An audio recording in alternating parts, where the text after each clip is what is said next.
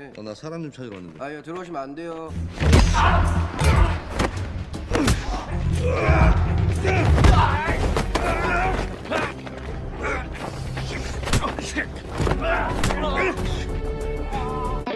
Halo kaum rebahan, film yang akan kita rangkum kali ini pastinya kalian gak asing.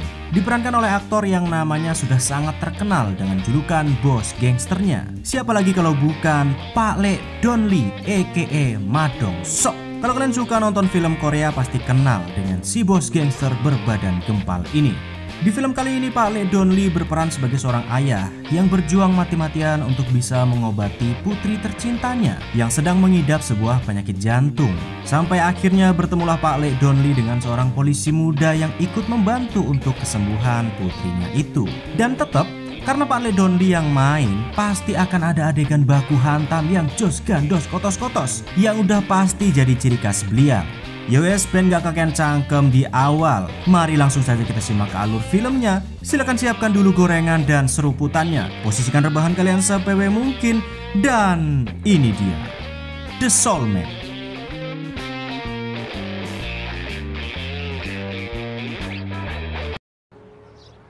나이를 쳐드셨어. 씨발 왜 사람을 꼬나보냐고. Film dibuka di sebuah bus dengan seorang preman cungkring yang saat itu sedang mengintimidasi seorang nenek. Dimana ketika tidak ada seorang pun yang mau membela si nenek tersebut, tiba-tiba ada seorang pria berbadan gempal berdiri dan menghampiri si preman cungkring. Namun ternyata pria gempal yang bernama Jang Soo ini bukan berdiri karena ingin membogem si preman. Ternyata dia lebih memilih untuk tidak memperdulikan kejadian itu dan turun dari bis. Yang padahal kalau dilihat-lihat dari kaosnya, Jang Soo ini sepertinya seorang pelatih judo.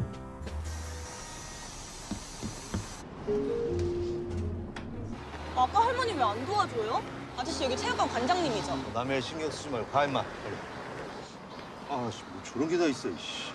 Beralih di tempat lain dengan seorang polisi muda yang bernama Tae-jin yang saat itu sedang menghampiri pacarnya yang bernama Hyung-ji untuk mengajaknya berkencan. Namun karena Hyung-ji masih sibuk berjualan ikan di pasar, ia pun menolak ajakan Tae-jin hingga akhirnya Tae-jin pun mempunyai ide untuk memborong semua dagangan Hyung-ji melalui seorang ibu-ibu agar dagangannya cepat habis dan mereka pun bisa berkencan. 그거 좀 드릴까요? 오빠 먹고 싶은 거 먹자. 오늘은 홍시가. Kembali dengan Jang Soo yang saat itu baru saja tiba di sasana judonya. Dan pada hari itu, ia mendapatkan kabar yang sepertinya sangat bagus untuknya. Ternyata kabar bagus itu adalah tentang operasi jantung putrinya yang akan segera dilakukan. Karena setelah sekian lama putrinya mengidap penyakit jantung, akhirnya ada seseorang yang mau menjadi pendonor jantung untuk putri tercintanya. 정말 감사합니다. Sementara itu di sasana judo kita akan melihat seorang gadis kecil yang bernama Do Kyung. Dia adalah putri Jang Soo yang mengalami penyakit jantung, di mana fungsi jantungnya saat ini sangat lemah karena suatu alasan. Dan karena lemahnya jantung Do Kyung itu, ia pun tak diizinkan untuk banyak bergerak dan melakukan aktivitas yang bisa membuatnya lelah. Sebagai satu-satunya putri yang ia miliki, tentu Jang Soo sangat menyayanginya. Namun belum diketahui apa alasan putrinya itu mempunyai jantung yang sangat lemah. Dan juga tidak diketahui kemana sebenarnya istri Jang Soo atau ibu Do Kyung. Yang jelas setiap hari Jang Soo selalu mengawasi putrinya tersebut dengan semaksimal mungkin agar ia tidak kelelahan sampai jantungnya benar-benar bisa dioperasi. 말씀 잘 듣고. 안녕하세요. 뛰지 말고. Beralih di kantor polisi dengan Tae-jin yang sedang bekerja seperti biasa dan juga Jung-sik sahabat Tae-jin yang malah molor di jam kerja. Namun walaupun molor, ternyata atasan mereka yang bernama Inspektur Yang nyatanya tidak terlalu memperdulikannya dan mereka malah terlihat sudah kayak bestie sendiri guys. Bahkan saking bestinya, saat ada masyarakat yang ingin melapor, mereka berdua malah kompak ninggalin Tae-jin sendirian untuk menghadapi pelapor tersebut. Yang ternyata si pelapor ini langsung marah-marah karena sudah beberapa hari yang lalu mereka tidak juga kunjung menemukan piaraannya, yakni asunya, yang akhirnya Tae-jin pun cuma bisa diam dan sambil memberikan senyumannya sebagai bentuk pelayanan.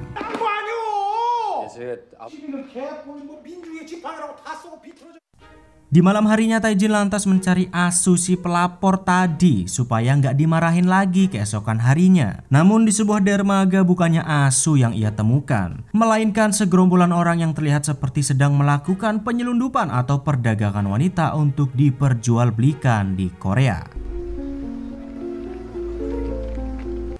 Tanpa berpikir panjang, Taijin lantas mengikuti mobil mereka secara diam-diam. Namun di persimpangan jalan, Taijin malah kehilangan jejak mereka dan hanya menemukan mobil yang mirip dengan mobil yang membawa wanita-wanita tadi. Dan setelah diperiksa ternyata yang keluar dari mobil tersebut bukanlah bandit-bandit yang ia lihat, melainkan Jang-soo yang entah kenapa ia bisa ada di sana dan mengatakan kalau mobil itu adalah miliknya. Dan karena Taijin merasa bahwa mobil tersebut memang benar mobil yang ia kejar tadi, ia pun lantas mencurigai Jang-soo kalau ia adalah komplotan bandit-bandit yang ia lihat di dermaga. 이상한 사람 투입 잡지 말고 가서 일하라고. 부둣가에서 여자애들 태우고 온 차 아니냐고요. 진짜. Hingga keesokan paginya ternyata Taijin tidak sengaja bertemu lagi dengan Jang-soo yang saat itu sedang mengantar putrinya Do-kyung ke sekolah. Ia pun segera mengikuti Jang-soo hingga ke sasana judo. Di sana Taijin lantas memotret sasana Jang-soo, plat mobilnya hingga wajahnya untuk benar-benar memastikan apakah Jang-soo adalah bagian dari bandit-bandit itu atau tidak. 또 저 새끼네 저거. 야, 너 자꾸 멀쩡한 사람 이상한 놈 만들지 말고 가. 1차 증거물입니다. 자꾸 그렇게 나오시면 뭐 하는 거야, 이 새끼야? 야, 임마, 그 사진을 왜 찍? Setelah dari sasana Jang-soo, Taijin lantas mampir sebentar ke Indo April terdekat untuk membeli minuman. Namun tidak sengaja ia malah melihat gerombolan para bandit-bandit yang ia lihat tadi malam, di mana sepertinya para bandit-bandit itu adalah pemilik bar yang ada di depan toko Indo April. Beberapa hari kemudian Do-kyung yang hendak pulang dari sekolah tiba-tiba melihat ada seorang mbah-mbah yang terjatuh dan tergeletak di jalan. Do-kyung lantas berlari meminta tolong kepada Taijin yang saat itu kebetulan ada di sana. Namun saat Jang-soo melihat kejadian itu, bukannya ikut membantu si mbah, Jang-soo malah tidak peduli sama sekali dengan si mbah dan malah langsung pergi membawa putrinya begitu saja sambil memperingati kepada putrinya untuk tidak ikut campur masalah orang lain. Kok kejembingit Jang-soo ini ya? 이면 안 된다고 이 새끼야. 아씨, 가자 빨리. 아왜 이래 상관하지 말랬잖아. 이상하네. Malam harinya Taijin lantas terus mengawasi bar yang diduga milik bandit yang ada di depan toko Indo April. Namun saat sedang mengawasi tidak sengaja ia lagi-lagi melihat kalau di sana ada Jang-soo yang sedang berbicara dengan salah satu pegawai bar. Curiga kalau memang Jang-soo terlibat, Taijin diam-diam mengejarnya. Namun lagi-lagi ia kehilangan jejak dan malah tidak sengaja melihat seorang wanita yang sepertinya hendak kabur dari bar tersebut.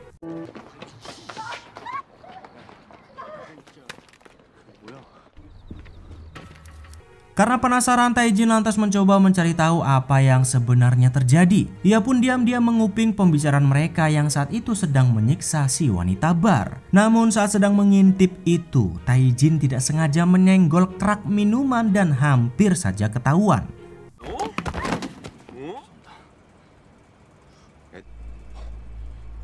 어디다 뒀냐고. Keesokan harinya Taijin lantas membuka isi dari handphone yang dibuang oleh wanita bar tadi malam dan menontonnya bersama dengan Jung-sik. Ternyata isi video tersebut adalah bukti kalau di bar di seberang Indo April telah melakukan perdagangan wanita. Taijin pun menyalin video itu untuk disimpan. Namun entah kenapa, mengetahui hal tersebut Jung-sik malah terlihat sangat cemas. 얼마 전부터 코리아 나이트가 좀 수상해서 핸드폰에 있던 동영상이에요. Malam harinya Taijin menyambangi sebuah rumah di pinggir kota dengan seorang kakek tua di sana. Ternyata malam itu Taijin bertransaksi alias membeli rumah tersebut dari si kakek. Yang sepertinya rumah itu ia beli untuk persiapan ia menikah dengan Hyunji. Namun baru saja selesai bertransaksi, tiba-tiba Jung-sik menelponnya karena katanya ada sesuatu yang harus ditangani saat itu juga. Dan tanpa pikir panjang, Taijin pun segera pergi ke lokasi yang diberikan oleh Jung-sik. Namun begitu sampai di sana, tiba-tiba ada seseorang yang membekapnya dari belakang.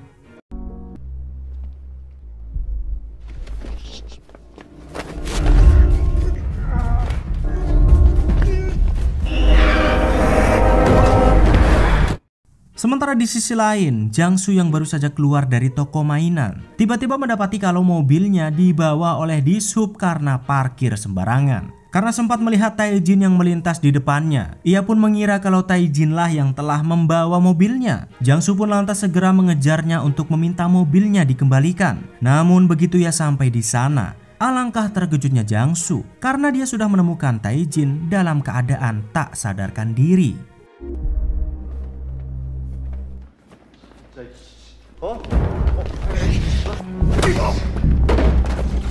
Setelah mereka berdua terkapar, benar saja kalau semua itu hanyalah jebakan yang dibuat oleh Jung-sik. Ternyata Jung-sik ini adalah polisi yang bersekongkol dengan para bandit dan menjadi pelindung untuk bisnis perdagangan manusia yang mereka lakukan. Ternyata Tae-jin dijebak datang ke sana untuk bisa mengambil bukti rekaman video yang ia dapatkan waktu lalu. Namun ketika Jung-sik sudah panik dengan keadaan Tae-jin yang tak sadarkan diri, tiba-tiba saja Tae-jin pun terbangun dari pingsannya. Namun ternyata yang terbangun itu hanyalah arwahnya saja, karena jasad Tae-jin sendiri masih tak sadarkan diri dan segera dilarikan ke rumah sakit.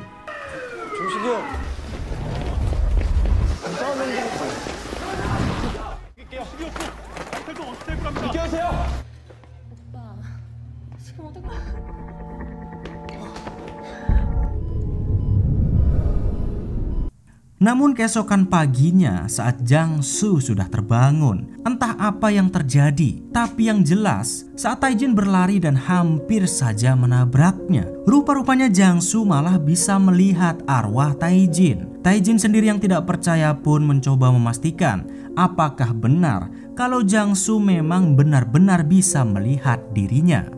내 육신이 저기 있고 제가 지금 여기 있는데 하나님 감사합니다. 아저씨 감사합니다. 비겨. 비겨.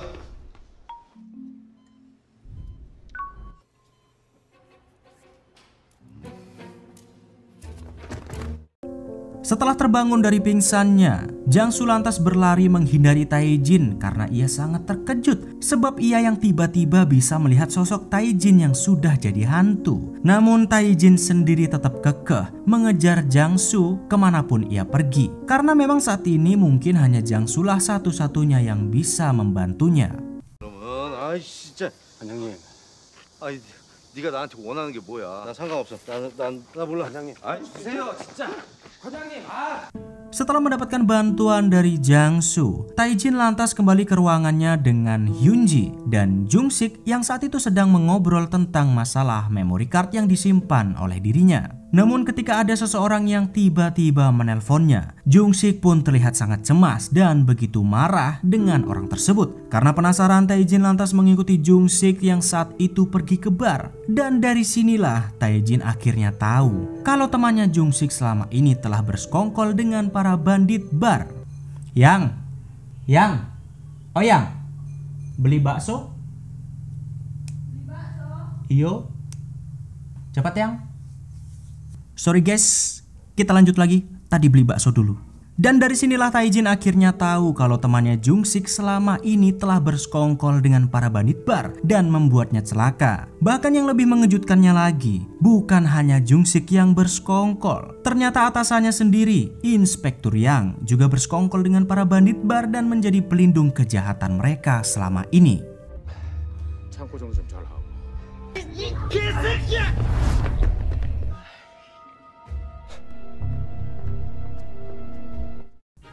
Setelah mengetahui semuanya, Tae-jin lantas buru-buru kembali ke rumah sakit karena ingin memberitahukan kalau Jang-soo saat ini sedang diincar oleh para bandit bar. Namun peringatan Tae-jin itu tidak digubris sama sekali oleh Jang-soo dan hanya menganggapnya sebagai arwah pengganggu. Hingga tidak lama kemudian para bandit ternyata sudah menemukan Jang-soo yang sedang ingin melakukan check up.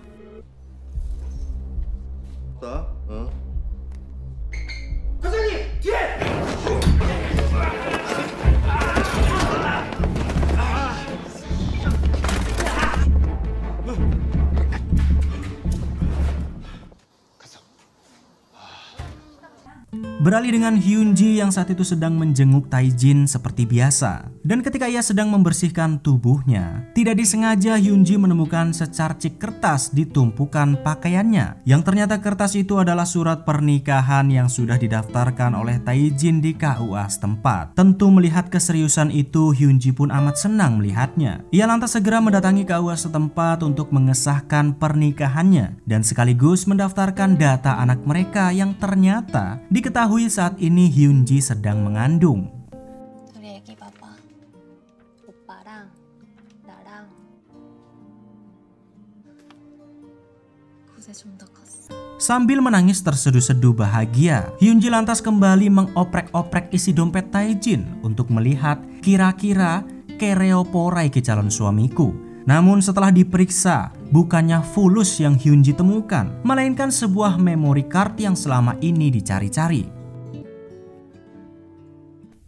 Di tempat lain dengan Jang-soo yang saat itu tiba-tiba mendapatkan kabar kalau putrinya Do-kyung hari itu menghilang entah kemana. Tentu mendengar kabar tersebut, Jang-soo pun jadi panik bukan main. Namun di tengah-tengah paniknya, tiba-tiba Taejin menghampirinya dan malah meminta tolong untuk membantunya perihal Hyunji dan juga memory cardnya. Yang dimana tentu dalam keadaan seperti ini, Jang-soo tidak mau membantu Taejin karena ia sendiri juga harus mencari putrinya. Namun setelah mencari kesana kemari, beruntungnya Taejin bisa menemukan Do-kyung yang saat itu sedang berada di sebuah gudang. Karena waktu lalu Taejin pernah melihat Do-kyung diam-diam bermain di tempat itu. 찾았어요, 도경이. 동해 왜 이래? 머리 조심해. 의식. Setelah Do-kyung berhasil diselamatkan, Taejin lantas bertanya perihal penyakit anaknya. Ternyata Do-kyung mengidap penyakit jantung turunan dari ibunya dan keadaan jantungnya semakin memburuk semenjak ibunya meninggal. Dimana saat itu ibunya meninggal karena Jang-soo yang sedang berusaha untuk menolong orang lain di jalan.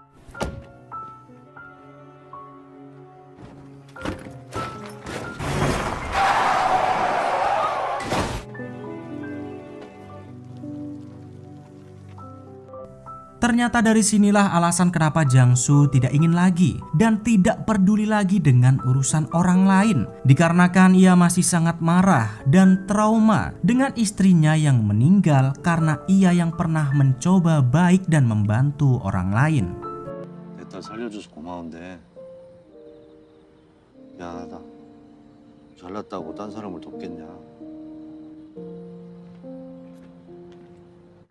Sementara itu setelah menemukan memory cardnya, Hyunji lantas memberikan memori tersebut kepada Jung-sik. Taejin yang melihatnya pun mencoba menampol tangan Hyunji sampai-sampai membuat tong sampah yang ada di samping mereka bergerak. Namun sayang, memory card tersebut tidak bisa ia sentuh dan bahkan Taejin harus mendapatkan efek samping setelah ia berhasil menggerakkan sebuah tong sampah.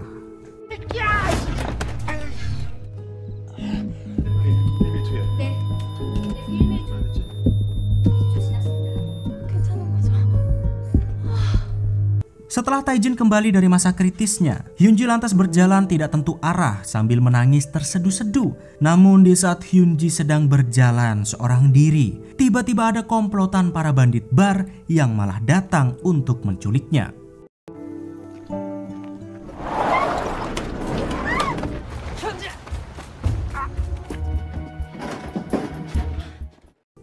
Di sisi lain ternyata bukan hanya Taejin yang sedang dalam masalah. Rupa-rupanya saat itu juga Jang-soo mendapatkan kabar yang sangat buruk sekali. Di mana orang yang waktu lalu ingin mendonorkan jantung kepada putrinya tiba-tiba malah membatalkan niatannya tersebut, yang dimana tentu dengan keadaan jantung Do-kyung saat ini mungkin Do-kyung tidak akan bertahan untuk waktu yang lama. 4년 기다렸어요. 선생님 이러면 안 돼요, 진짜로. 증상은 나타날 때까지 좀 기다리셔야 될 것 같습니다. Belum kelar Jang-soo memikirkan keadaan putrinya itu, tiba-tiba Taejin menghampirinya dan bersimpuh untuk meminta bantuannya karena Hyunji yang sedang diculik. Namun dengan keadaan putrinya saat ini yang juga dalam bahaya, Jang-soo pun benar-benar berpikir keras apakah akan membantu Taejin atau tidak. Hingga pada akhirnya ia pun mengalahkan egonya dan mau membantu Taejin. 제가 부탁드릴 사람이 관장님밖에 없어요.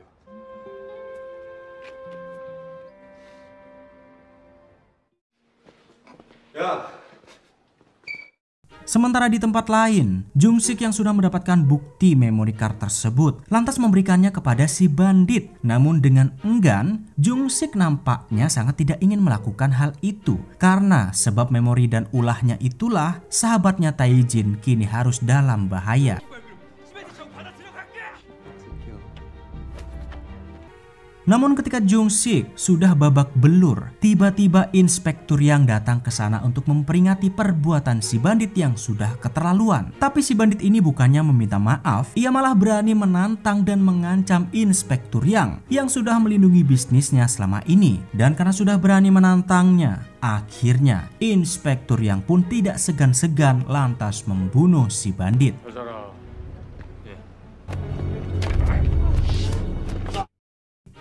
Sementara itu Tae-jin, Jang-soo, dan anak didiknya si Gempal yang sudah berada di lokasi di mana Hyunji diculik, mereka langsung berpencar untuk mencari lokasi Hyunji saat itu juga. Dan beruntungnya Tae-jin langsung menemukannya. Sedangkan Jang-soo sendiri dan anak didiknya si Gempal, mereka mencoba menghadapi para penjaga yang ada di tempat itu satu persatu, hingga semua penjaga pun berhasil dilumpuhkan.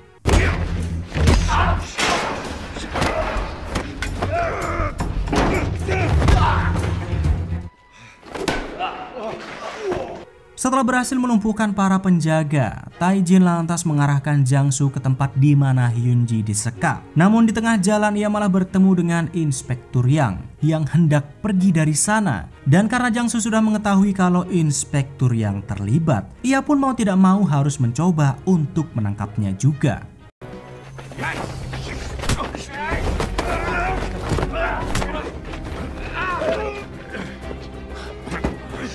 Namun ketika Jang-soo hampir bisa menangkap Inspektur tiba-tiba kepolisian dari sektor lain datang ke lokasi itu karena Inspektur yang menghubungi mereka. Dimana tentu Jang-soo pun ditahan karena Inspektur mengatakan kalau ia adalah bagian dari komplotan para bandit yang sedang mereka incar. Namun tiba-tiba kepala polisi dari sektor lain ini meminta anak buahnya untuk melepaskan Jang-soo karena ternyata Jung-sik telah memberitahukan kebenarannya kepada mereka bahwa Inspektur lah dalang dibalik semua kejahatan yang terjadi.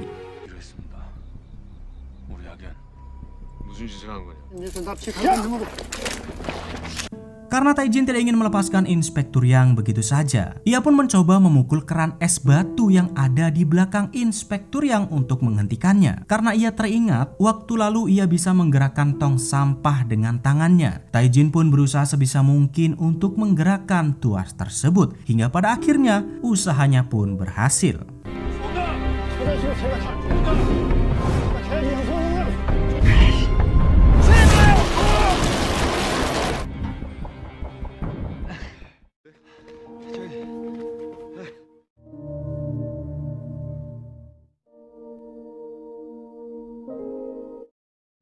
Setelah selesai dengan urusan para bandit, Tae-jin tiba-tiba meminta satu pertolongan lagi kepada Jang-soo untuk yang terakhir kalinya. Ternyata Tae-jin meminta tolong kepadanya untuk membawa Hyunji pergi ke rumah yang sudah ia beli untuk mereka tinggali setelah menikah. Jang-soo juga memberitahukan kepada Hyunji kalau sebenarnya selama ini arwah Tae-jin selalu berada di sisinya.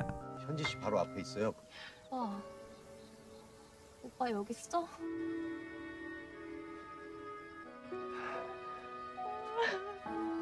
Setelah Hyunji bisa melihat arwah Tae-jin, mereka pun saling berbicara untuk melepaskan rindu mereka satu sama lain. Namun tiba-tiba Tae-jin malah mengatakan hal yang sangat mengejutkan. Ternyata kesempatan terakhir ini dipergunakan Tae-jin untuk mengucapkan salam perpisahan kepada Hyunji. Karena rupa-rupanya Tae-jin tahu kalau dirinya sebenarnya tidak akan bisa hidup kembali. Dan sebagai bentuk terima kasihnya kepada Jang-soo yang telah menyelamatkan Hyunji, Tae-jin pun memutuskan untuk mendonorkan jantungnya kepada Do-kyung agar Jang-soo tidak kehilangan putri sematawayangnya yang sangat ia cintai. 오빠 가지 마.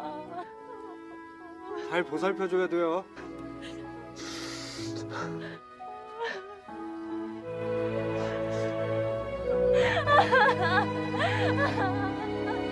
Beberapa bulan kemudian kembali lagi di dalam bus dengan si preman cungkring yang masih suka mengintimidasi orang tua. Namun kali ini saat Jang-soo melihat si preman itu, ia tidak lagi acuh seperti dahulu. Kali ini Jang-soo langsung membogem si preman tersebut untuk memberinya sedikit pelajaran.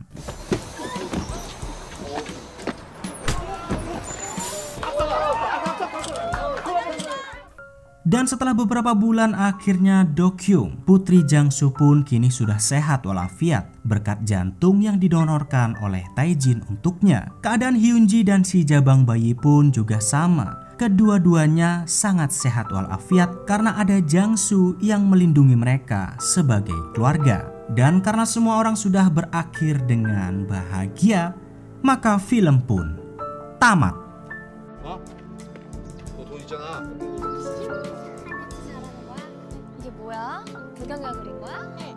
세상에서 제일 좋은 소리.